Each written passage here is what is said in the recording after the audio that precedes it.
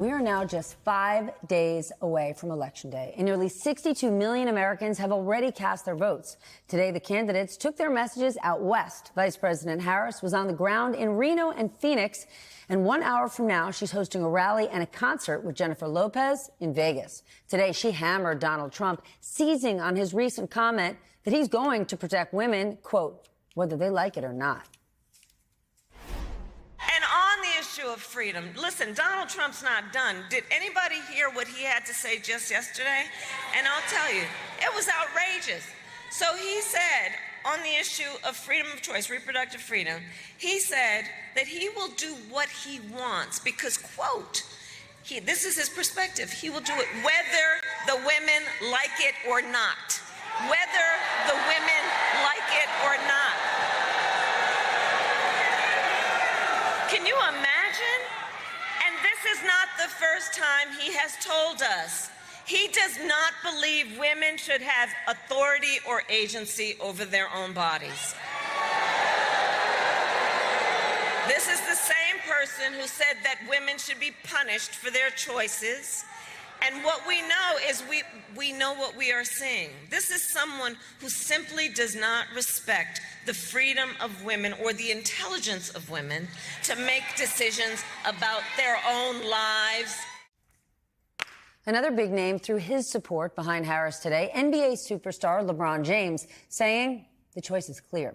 As for Donald Trump, he spent his day in the swing state of Nevada and the non-swing state of New Mexico, which has not gone for a Republican presidential candidate in 20 years. He talked about why exactly he was there. You're going to need to see this. Watch. Look, I'm only here for one reason. They all said, don't come. I said, why? You can't win New Mexico. I said, look, your votes are rigged. We can win New Mexico. We can win New Mexico. We almost won it twice.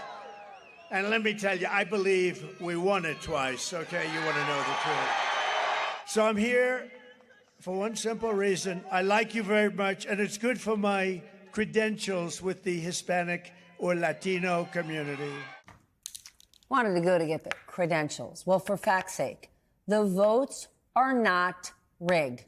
And Donald Trump lost New Mexico by 8 points in 2016 and by more than 10 points in 2020. Meanwhile, there is more good news for the economy. That means all of us, which a new president will inherit in less than 3 months, no matter who it is. New data shows inflation continues to cool as it has for the last 2 years. The Fed is widely expected to cut interest rates again at its meeting that is just 1 week from today. And in these final days of the presidential race, gas prices are headed below $3 a gallon in many parts of the country. They're already near a 3-year low. And when I hear people say, well, they were even lower when Joe Biden took office, remember, when we were in the middle of COVID, we weren't driving anywhere. We were stuck at home. That would make gas prices low if no one's using their cars.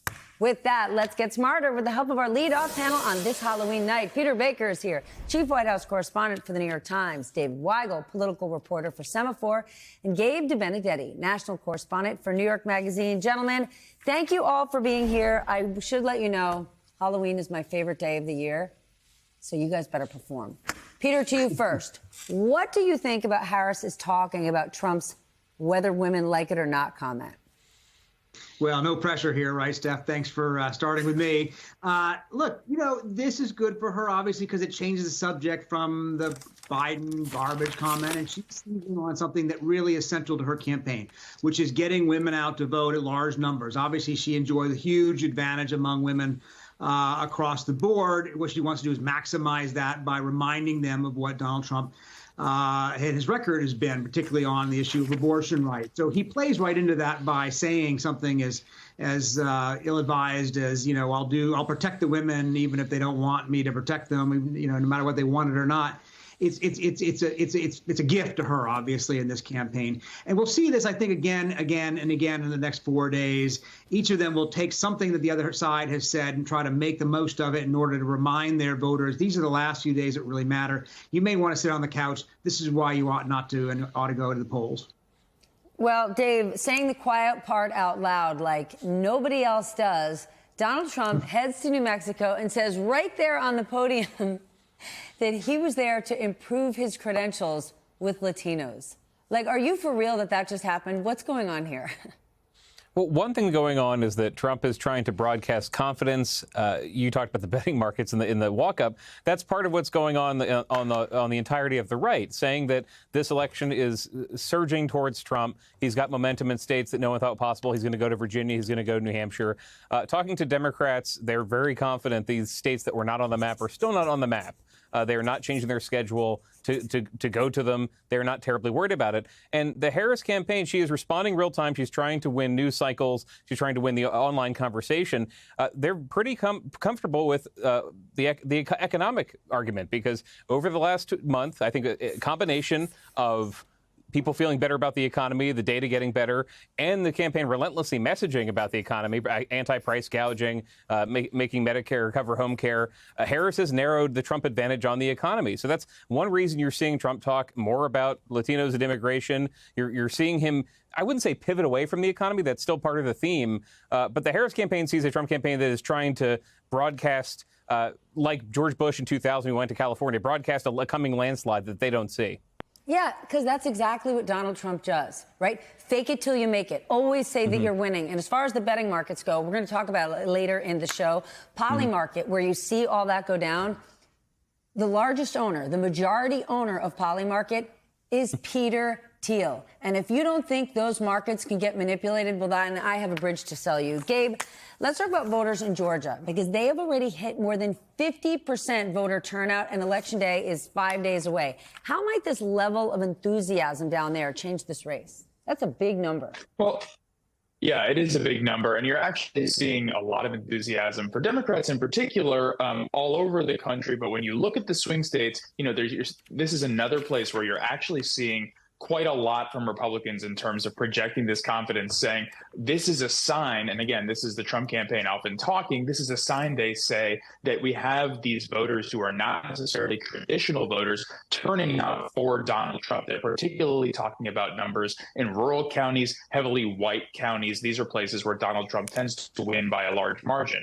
The truth is, of course, a little bit more complicated. We don't know exactly who is voting for who in these numbers. And overall, again, nationwide and across the battlegrounds, you are seeing in polls a very high level of enthusiasm for Kamala Harris among Democrats. So obviously, I would, be careful, as always, to read too much into early voting here. But one of the big debates that's going on between the campaigns, mostly in the media, is who is actually being represented in these early voting numbers. One of the things that's been happening, of course, is people are comparing this to 2020, which is, of course, the most recent election. But the truth is that there was so much more early voting and voting by mail on the Democratic side in 2020 that it's very hard, because of the pandemic, to really compare. It's not apples to apples. We know that there's a ton of interest in this campaign, but it's not necessarily clear that what the Trump campaign, for the most part, is claiming, which is that there are all sorts of new voters coming out of the woodwork, is true. And in many, many cases, what you're seeing is that a lot of the people that are voting, including in Georgia, these are people who did vote also in 2020. It's not that these are brand new voters at all. Peter, it's very rare if a pollster asks you, or anyone asks you, how do you feel about the economy? It's rare that someone says, I feel like I'm in great shape. I can afford everything I want. And for the last few months, we have seen a marathon of positive signs for the economy, partly as a result of President Biden's policies.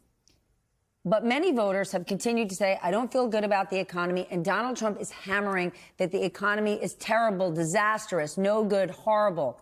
Are people still buying that? Because even if things aren't great, come on, when you look at where we were, when you look at where we are, they're good. They're not anything close to the picture Donald Trump is painting.